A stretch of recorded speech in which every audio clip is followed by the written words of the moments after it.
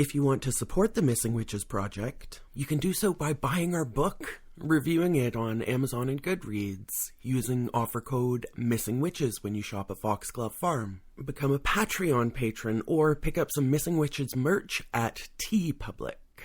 You aren't being a proper woman, therefore you must be a witch. Be a witch. Be a witch. Be a witch. Be a witch. Be a witch. Be a witch. You must be a witch. Language and landscape are my inspiration. So said Terry Tempest Williams in her Personal Topography of America's National Parks, The Hour of Land. And I think this rings true for most witches. We do our workings and find our magic in these spaces between creator and creation, writing tiny wish poems on bay leaves to burn, transforming our wishes to words, our words to action, action to environment. We are all a part of nature, but we might be the only creatures who paint landscapes with pigments and poems. We are language and landscape. My friend Kenneth, whom y'all met in the Yuletide episode, introduced me to the work of this author, activist, seeker of social and environmental justice, this bird lover of the Utah desert. Side note, he himself was introduced to Terry's work by none other than Pam Grossman. The web expands. Right away, I knew that I needed to add Terry Tempest Williams to our coven's pantheon of missing witches, but I wanted to thank Kenneth from the jump, because if you decide to dive into the rocks and sand, the beautiful and terrifying landscape of Terry's work, I don't suggest you go alone. Terry Tempest Williams is honest about desolation, silence, rage, cancer, confusion, fear, and loss. She asks, how do we find the strength not to look away from all that is breaking our hearts? And we sense in her question a million tiny heartbreaks, personal, political, spiritual, finding beauty in a broken world. So if you're anything like me, trying your best not to look away, you'll need a therapist, a priest, or a mystic, your coven, as in my case, a trusted and sympathetic friend. Or, at very least, an empty journal, a blank page. Something or someone willing to be a sounding board to the discomfort that Terry, unearthing her own truths, inevitably digs up in you. I got to page 2 of Terry's book, When Women Were Birds, and had to put it down for a couple days. So, if in the future you read Terry, read her slowly, and read her with a friend. For now, let me be that friend to guide you through the tempest and back home, safe and sound. I don't want to start you off thinking that Terry is some nihilistic, hopeless Debbie Downer. She's not. She wrote, "We need not lose hope, only locate where it dwells." For Terry, hope, like most things, is tangible, actionable. She doesn't wait for hope to come to her. She goes out and finds it, taking us with her along the rugged, stumbling path of its discovery. Let me give you some context. As a child, Terry was raised under that thinly veiled racism and sexism sometimes found in the Mormon church. As a child, Terry saw a mushroom cloud explode. 9 women in her family have had mastectomies. 7 have died of cancer, her mother included. Doctors say it's a matter of when, not if, she will be stricken with cancer. Spoiler alert, Terry is alive and well. You can follow her on Twitter, and I suggest you do. Terry and her family are called downwinders, people the U.S. government knowingly exposed to radiation during nuclear testing in Nevada in the 1950s and 60s. For Terry, the connection between environment and self, the joy and pain that entails, is very fucking real. But equally important in her work and life is this commonly mislabeled unreal, the intangible, the unseen and unseeable, the spirit beneath and behind the science. Like Majin Gonzalez Whippler, White Feather Hunter, and other glorious science witches of the earth, for Terry, the universe is magic. Terry is the kind of witch whose message resonates most deeply with me. She doesn't seek out the supernatural, but sees mysticism every day in the air quotes real world. She graduated from the University of Utah in 1978 with a degree in English and a minor in biology, and this is so witchy to me. balancing one's education between poetry and petri dishes, music and molecules, seeking a holistic understanding of life itself and humanity's place in that life. The non-witch sees a line of delineation between the real and the unreal, the real and the surreal, the seen and unseen. For the witch, no such lines exist. In one of my favorite passages from When Women Were Birds, Terry wrote about a childhood moment when her education met up with her enlightenment.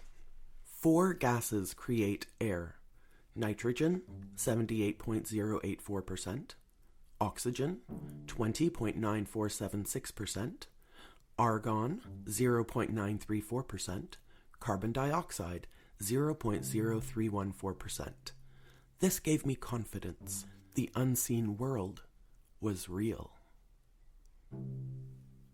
So learning the invisible dance of molecules did not diminish, but rather gave credence to the magic that Terry felt vibrating in the very air she breathed. And in that air, birds of infinite variety sweep in loops or dive in predatorial thrust. Terry, whose grandmother could identify a host of feathered friends by sight and song, writes a lot about birds. The swallows returning to Capistrano, the corpse of a swan that she washed and cradled, laying herself down next to it on a beach. An albino robin she named the Holy Ghost. Owls asking, "Who?" Her book chapters are titled with bird names. And I get it. I've often said when I'm at my lowest, I fill my bird feeders and sit and watch the birds. It doesn't solve my problems, of course, but I do, for a moment, get to feel like a part of their chirping lightness. Inquisitive head tilts, their fluttering of wings and the pecking of teeny tiny beaks. Crows and hawks circling to the beat of a woodpecker drum. I am part of the song and dance, or at least close enough to hear the whoosh whoosh of wings. It helps. Once I saw an enormous great blue heron plunk itself down regally but comedically like a Jim Henson Muppet into a creek. In a moment, it spread its wings and, as birds do, flew away, leaving me with only the gift of having seen it. That helps too. When I lived in the city, there was this one bush on this one corner that was inexplicably filled with dozens of little brown birds a few weeks of every year. That definitely helped. Despite what you may have heard on the internet, birds are definitely real. Literal. But they are also metaphors that aid Terry and us in discovery. The answers to existential questions can often be found in feathers, rocks, grains of sand, and leaves of grass. In her book Refuge, Terry wrote, "When Emily Dickinson writes, 'Hope is the thing with feathers that perches in the soul,' she reminds us, as birds do, of the liberation and pragmatism of belief." Pragmatism of belief. Pragmatism, with its focus on practical application, is not a word most people would use to describe a bird-fostered belief system, but for Terry, bird magic has real-world benefits. She wrote, "Once upon a time, when women were birds, there was a simple understanding that to sing at dawn and to sing at dusk was to heal the world through joy. The birds still remember what we have forgotten, that the world is meant to be celebrated." Beautiful, right? The idea that joy is world healing? Because if we think of joy as healing, we can see play as important work, and gleeful bird watching as a productive earner, an investment in the future. When joy is acknowledged to be healing, all acts of love and pleasure, to borrow a phrase from Doreen Valiente, can be viewed as a damn good use of time. Sorry, grinding, striving, patriarchal, capitalist meat wheel. Compared to that, your system just don't measure up. In a panel discussion called Nature, Justice, and the Sacred, Bioneers, whose motto is "It's all alive, it's all connected, it's all intelligent, it's all relatives," co-founder Nina Simons said of Terry, "Before I'd ever met Terry, and from reading her writing, she taught me that I could create a life that integrated every aspect of myself and didn't have to cut off any part of my expansive curiosity to fit any pre-existing shape or formula or design. Reading her books has led me to explore more deeply how relationship to land and wilderness is woven with health, and how spirituality is related to art and culture, and how gender and expression are connected, and how art can become social and community healing. Our friendship in the years since then, says Nina, always expands my understanding of marrying apparent contradictions and rewilds my interior world, weaving connections between inner and outer realities. And that, my coven, is the ideal calling card of the witch, one who makes you see the connections among contradictions, makes you feel wild, yet woven into a grander force of personal and communal healing. Indoor religion bored me, said Terry in When Women Were Birds. Outdoor religion did not. And as witches, I think we all feel this way a little. Even if you live in a concrete jungle, once outside, all it takes is a tilt of the head upward to see the sky, clouds, the sun, the moon. Perhaps some of you city dwellers have escaped the rat race momentarily and headed off to nature bathe in a national park. There are 423 national park sites in the United States, 48 national parks in Canada, and these lands are the focus of much of Terry's work. In her aforementioned book, The Hour of Lands, Terry guides us through 12 parks, from Yellowstone in Wyoming to Acadia in Maine to Big Bend in Texas. But Terry has taught us not to look away from that which breaks our hearts. She does not shy away in her love letter to the parks she visits from reminding readers of the bloody history that allowed these parks to exist. National parks were conceived above all as a tourist attraction. One issue that arose was how to create a space in which no humans dwell when there are humans dwelling everywhere. Yellowstone, for example, was chosen for its undeniably spectacular landscape. Terry wrote, "The creation of America's national parks has been the creation of myths. I grew up with the myth that when Yellowstone National Park was established in 1872, it was void of people. No one told me that our first national park was the seasonal and cyclic home of Blackfeet, Bannock, Shoshone, and Crow nations. I was told instead that the steaming basins with geysers and fumaroles, hot springs and boiling waters were avoided by Indians. It was a superstitious ground. Indians kept their distance. Like any good story with the muscle of privilege behind it, it seemed believable, and I never asked the question, who benefits from the telling of this particular story? The truth is, the federal government did not want visitors to Yellowstone to encounter Indians, full stop. And so they either banned tribes from the new preserve or relegated them to the margins, where they could continue to hunt game unseen. This was the era of Indian removal and westward expansion. Reservations were being established at the same time as national parks. But it wasn't just our national parks that were displacing tribes. American progress was on the move in every state and every territory, rolling over whoever and whatever got in the way. Nor was it just Indians who complicated a mythical landscape. Elk and deer were lovely to look at, an enhancement of a pastoral vision, but wolves and grizzly bears were another matter. There was no place in this pretty picture for predators, and in Yellowstone they were hunted, trapped, and killed. A fuller and more honest narrative has emerged over time, mostly from tribal historians who want to right a historical wrong. Knowledge matters.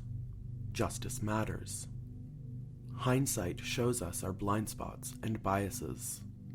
We can recognize ourselves as human beings caught in the cultural mores of a specific time. This is not to excuse the brutal and tenebrific acts of the past, but to consider them in the light of what we know now. Restoration is what's required today. Can we engage in the restoration of a different kind of storytelling, not just the stuff of myths, self-serving and corrupted, but stories that foster integrity with a fragmented nation? Can we change America's narrative of independence to one of interdependence? An interdependence beautifully rendered in the natural histories found in our public lands?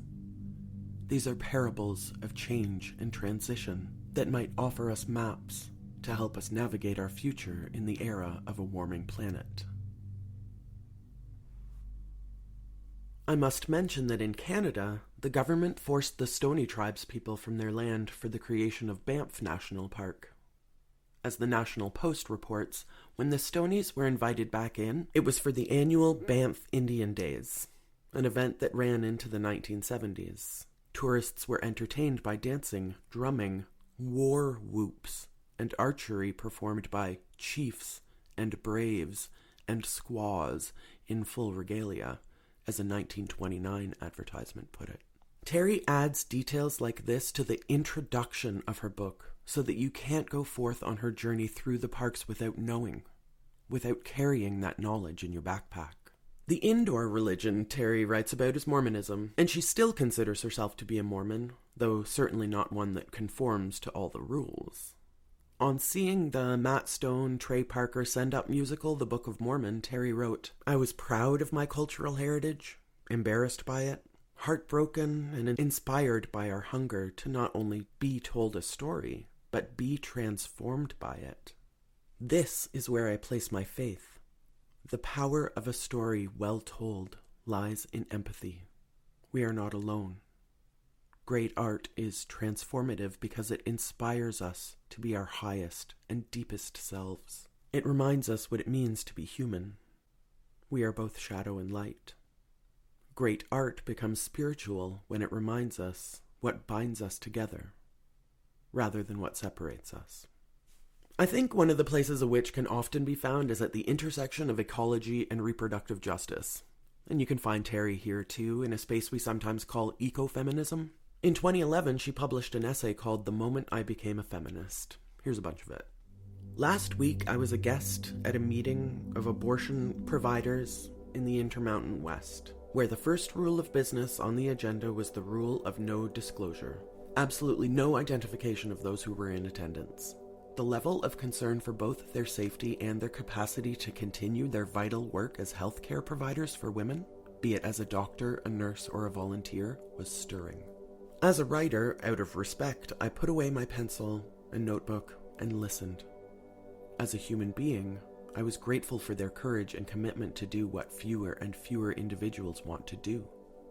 Honor a woman's right to choose whether or not she will give birth to a child. As women, we are quiet about our personal lives, especially when it comes to sex. We are quiet because there is a history of abuse and violence and harm committed to those who tell the truth of their lives. Marriages are shattered. Families are broken. Judgments are rendered. The woman stands alone. Our stories live underground.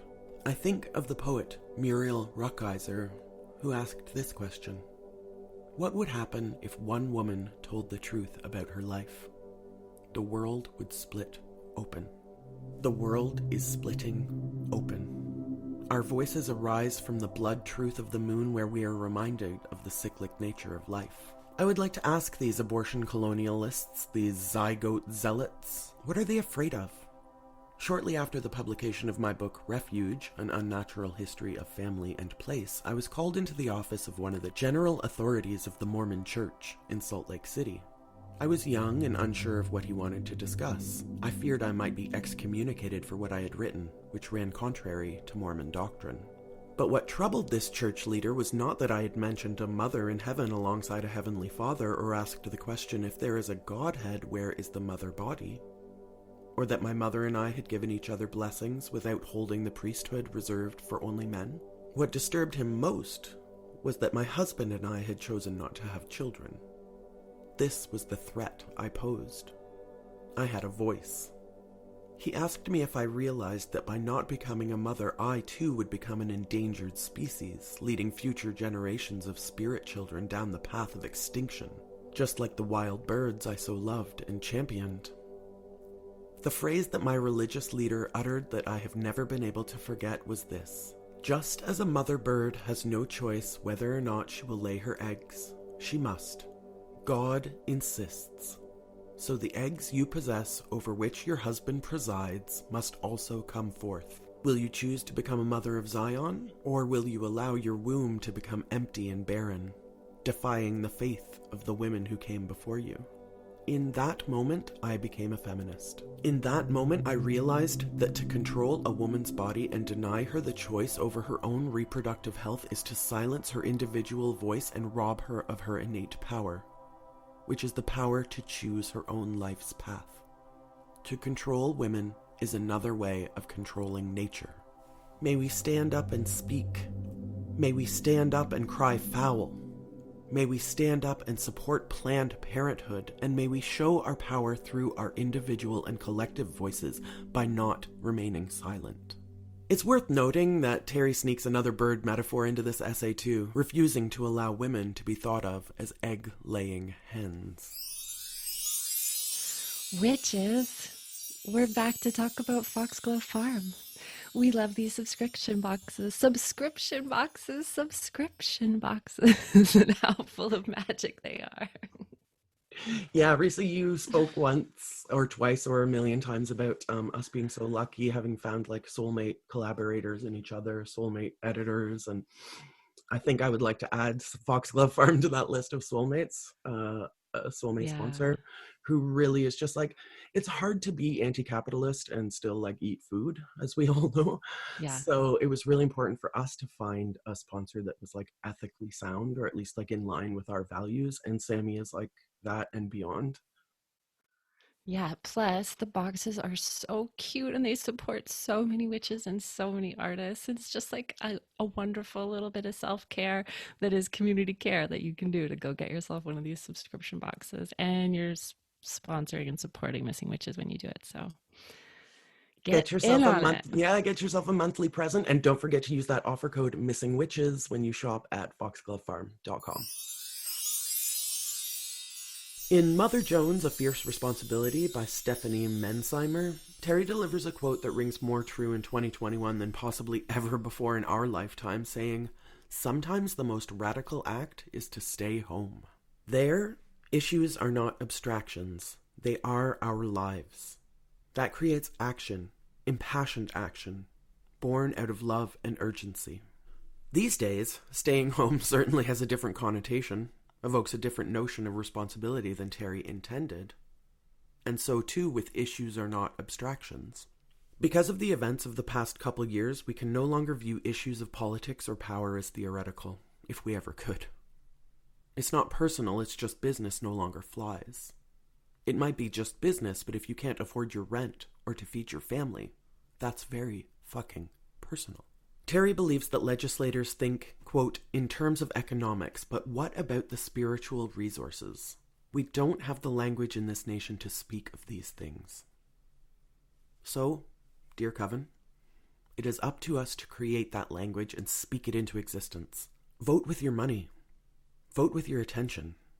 Yes, think of your attention as currency and spend it with as much integrity as you can. They say lands are property. Ideas are investment ventures. Hobbies must be monetized, and a recess at play is reserved for children. But life, your life, is not a commodity. It has, however, been commodified. Space and time. Bought and sold. As we unsettle and decolonize, let us also decommodify our fucking souls. I see your value and worth, and it is so much more than petty finance. I want you to see your value, and not the price tag the world has stuck you with. In 2016, Terry and her husband Brooke attended a federal oil and gas lease sale in Salt Lake City to bear witness to the destructive practices of resource extraction on public lands. They decided to purchase the leasing rights to 1,120 acres for just $2,500 and created Tempest Exploration LLC, the first energy company with the goal of conservation instead of extraction. The Bureau of Land Management initially rejected Williams' claim to the land because they did not plan to extract resources. Terry voted with her wallet in a way that most of us can't afford, but it's still ghastly to see how cheaply these rights to exploitation go. $2 an acre to rent the earth for destruction. In Ontario, Water-taking permit holders pay between $300 and $500 per million liters. We can't look away from that which is breaking our hearts. So let's look again to Terry to inspire us to keep digging and scratching past the public relations that we are spoon-fed by marketers and the spin doctoring we do for ourselves in our own lives, crafting shiny personae for the internet age. Let's drill down past performative perfection to a paradoxical place where chipping away a rock unearths a crystal. As Bruce Cockburn sang, you gotta kick at the darkness till it bleeds daylight. Similarly, in her book Erosion, another warning, the chapter in Erosion called The Questions Held by Owls is not about owls, but about the experience of putting her ancient beloved dog to sleep. Not cool, Terry. The paradox found in the peace and restlessness of these desert lands, where rock slides, flash floods, and drought are commonplace, allows us to embrace the hardscrabble truths of change. In the process of being broken open, worn down, and reshaped, an uncommon tranquility can follow. Our undoing is also our becoming. I have come to believe this is a good thing. Our undoing is also our becoming. Like the Tower of the Tarot, sometimes our destruction is our revelation. Sometimes a good cry makes you feel better. Side rant, crying is your body's natural way of releasing stress hormones. When you stop yourself from crying, you are literally and scientifically keeping that stress inside your body. Patriarchal brainwashing is fucking bizarre. So let's bathe in our bummers for a little while longer until we can transform them into hope or the impetus for change. Build sandcastles on the shores of our rivers of tears. Weep with me, just a little, for these first 2 pages of When Women Were Birds. As I said, these couple hundred words wrecked me and sent me into the spiraling rabbit hole multitude of feelings that comes from having a mother and living in the world. I am 54 years old, the age my mother was when she died. This is what I remember. We were lying on her bed with a mohair blanket covering us. I was rubbing her back, feeling each vertebra with my fingers, as a rung on a ladder. It was January and the ruthless clamp of cold bore down on us outside. Yet inside, Mother's tenderness and clarity of mind carried its own warmth. She was dying in the same way she was living, consciously. I am leaving you all my journals, she said, facing the shuttered window as I continued rubbing her back. But you must promise to me that you will not look at them until after I am gone. I gave her my word, and then she told me where they were. I didn't know my mother kept journals. A week later, she died. That night, there was a full moon encircled by ice crystals. On the next full moon, I found myself alone in the family home. I kept expecting Mother to appear. Her absence became her presence. It was the right time to read her journals. They were exactly where she said they would be. 3 shelves of beautiful, cloth-bound books. Some floral, some paisley, others in solid colors. The spines of each were perfectly aligned against the lip of the shelves. I opened the first journal. It was empty. I opened the second journal. It was empty. I opened the third. It, too, was empty, as was the 4th, the 5th, the 6th. Shelf after shelf after shelf. All of my mother's journals were blank. In the book, these words are followed by 12 blank pages that the reader is forced to flip through, the silence resonating and multiplying inside the emptiness. It is one of the loudest silences I have ever experienced. All my mother's journals were blank.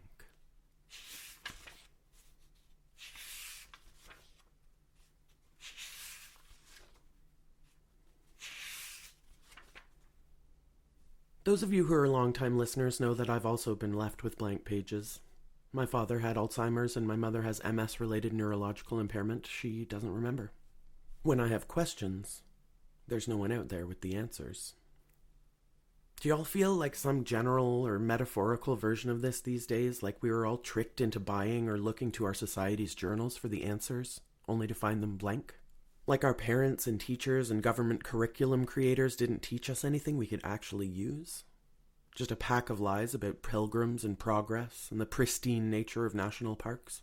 Each of us, I think, in 2021 needs to be deep in the process of unlearning and sharing what we've unlearned to aid each other in deprogramming the brainwashing we collectively endured for centuries. The good thing about a blank journal, though, is that you can fill it up yourself. I want you to know that Terry Tempest Williams wrote When Women Were Birds on the pages of her mother's blank journals. But oh, the blank page. Equal parts confronting silence and limitless potential. Fill it with what? I realized once I had already concretized my set list for this season, ordered the stacks of books that would inform the episodes you're listening to now, that I had chosen 3 writers. I guess it's no accident that, in preparing to publish the Missing Witches book, available now, my subconscious mind would seek out witch writers, to steal some of their bravery and willingness to put it all on the page, to explain to me why I feel compelled to write but remain a little scared to be read. For those of you who write but don't know why, or can't bring yourself to write and don't know why, Terry has her answer and inspiration penned in red, passion and patience in the desert. I write to make peace with the things I cannot control. I write to create red in a world that often appears black and white. I write to discover. I write to uncover.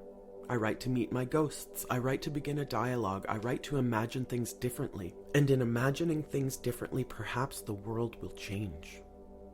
I write to honor beauty. I write to correspond with my friends. I write as a daily act of improvisation. I write because it creates my composure. I write against power and for democracy. I write to the questions that shatter my sleep. I write to the answers that keep me complacent. I write to remember. I write to forget. I write because I believe in words. I write because I do not believe in words. I write because it is a dance with paradox. I write because you can play on the page like a child left alone in the sand. I write because it belongs to the force of the moon, high tide, low tide. I write because it is the way I take long walks. I write as a bow to the wilderness. I write because I believe it can create a path in the darkness. I write as ritual. I write because I am not employable. I write out of my inconsistencies. I write because then I do not have to speak. I write with the colors of memory. I write as a witness to what I have seen. I write as a witness to what I imagine. I write because it is dangerous, a bloody risk, like love, to form the words, to say the words, to touch the source, to be touched, to reveal how vulnerable we are, how transient we are. I write as though I am whispering in the ear of the one I love. In When Women Were Birds, Terry reminds us, a pencil is a wand and a weapon. There was one day when Kenneth and I spent probably an hour bouncing Terry philosophy back and forth in DMs like some non-competitive tennis game. Kenneth is what one might call the shy, quiet type. But he equally fits the old adage, still waters run deep. I teasingly call him Emily Dickinson because he keeps his own poems tucked away in his own head. I wrote to him, Terry wrote, Emily Dickinson wrote poems in her bedroom and kept them largely secret. Terry continues, the poet Susan Howe writes, she may have chosen to enter the space of silence, a space where power is no longer an issue, gender is no longer an issue, voice is no longer an issue, where the idea of a printed book appears as a trap. Send. Kenneth replied with another Terry quote, to write, Marguerite Duras remarked, is also not to speak. It is to keep silent. It is to howl noiselessly. I hit back with erosion. Page 14. These essays are my howl. Remarking, I guess a silent howl is still a howl, I asked, is the howl more about getting something out than having someone else hearing it? Kenneth agreed. The howl in this context means expression. But surely not all expression constitutes a howl. Griping doesn't feel like howling. Howling is different than, say, wailing. Howling comes from a place of powerfulness, where wailing is powerlessness. Kenneth asked, would keening, the action of wailing in grief for a dead person, be somewhere between a wail and a howl? It would have to be, I replied, because grieving is both powerful and powerless. Always something to break the binary, Kenneth added. We continued to unpack the howl. Howling represents the possibility of agency, further action, we decided, a call to personal arms. A howl wants to be heard by one's self as much as by others. Discontent? Maybe, but full in the knowledge that one is ready and capable of creating a world. In nature, a howl is simply a wolf's way of saying, I am here. And this is perhaps the most profound statement of all. I am here. Terry wrote, "The world is holy. We are holy. We are here." Many critics and reviewers talk about how Terry's work transports the reader into her landscape, but I kind of disagree. To me, Terry's words are a landscape and a confrontation. We are a landscape, part of the earth as much as the inner, outer, literal, metaphorical birds and vistas Terry describes. We are not separate. For me, Terry's work is less of a transporter and more like a pair of glasses, a vision changer. Not so much where we are and what we see, but how we see. You see, different creatures see differently. Melissa Maintz writes, "Birds see more colors than humans in several ways. Not only are birds able to perceive the familiar rainbow of colors as well as parts of the ultraviolet spectrum that are invisible to human eyes, but they also have better visual acuity. This means birds can determine subtle differences between similar shades of color, gradations that human eyes are not able to discern. The cells in the eye are responsible for color detection. The cones are in the retina, and birds have 4 types of cones, rather than the 3 humans have. The exact number of cones varies with each bird species, but it typically is higher than humans and all other mammals." When we read Terry, we aren't tourists in her world, flicking through images on a rack of postcards. Not transported, we are transformed. We become, or perhaps more accurately for Terry, we return to our previous state of being birds. Being the birds in her air. We see differently. Colors that were always present become more vivid, more nuanced, and more importantly, the environment becomes an extension of ourselves. Being a witch is not to create imaginary colors, but rather to see the colors that science and souls and birds know are there. What we know and what we dream, adding layers to augment our reality. When Women Were Birds ends like this. I thought I was writing a book about voice. I thought I would proclaim as a woman that we must speak the truth of our lives at all costs. But what I realize is that I will never be able to say what is in my heart, because words fail us, because it is in our nature to protect, because there are times when what is public and what is private must be discerned. There is comfort in keeping what is sacred inside us, not as a secret, but as a prayer. The world is already split open, and it is in our destiny to heal it, each in our own way, each in our own time, with the gifts that are ours.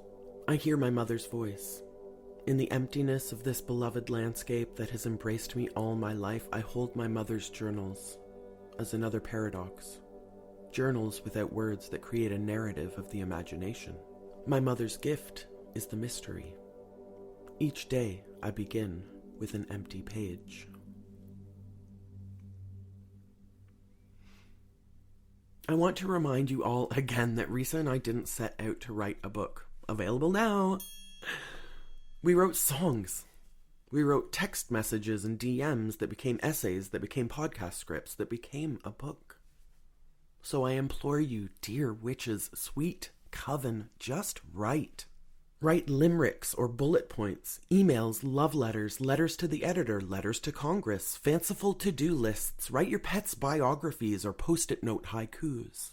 Though words fail, though words are inadequate, write and see where it takes us. Write and transform our vision. On paper or in your head, create a narrative of imagination. Do not look away from all that is breaking our hearts. A pencil is a wand and a weapon. The world is holy. We are holy. Imagine things differently, and in imagining things differently, perhaps the world will change. Embrace the gift of mystery.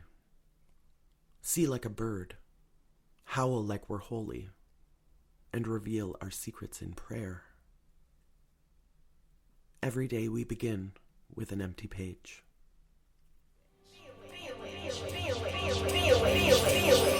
You must be a witch. If you want to support the Missing Witches project, you can do so by buying our book, reviewing it on Amazon and Goodreads, using offer code Missing Witches when you shop at Foxglove Farm, become a Patreon patron, or pick up some Missing Witches merch at TeePublic.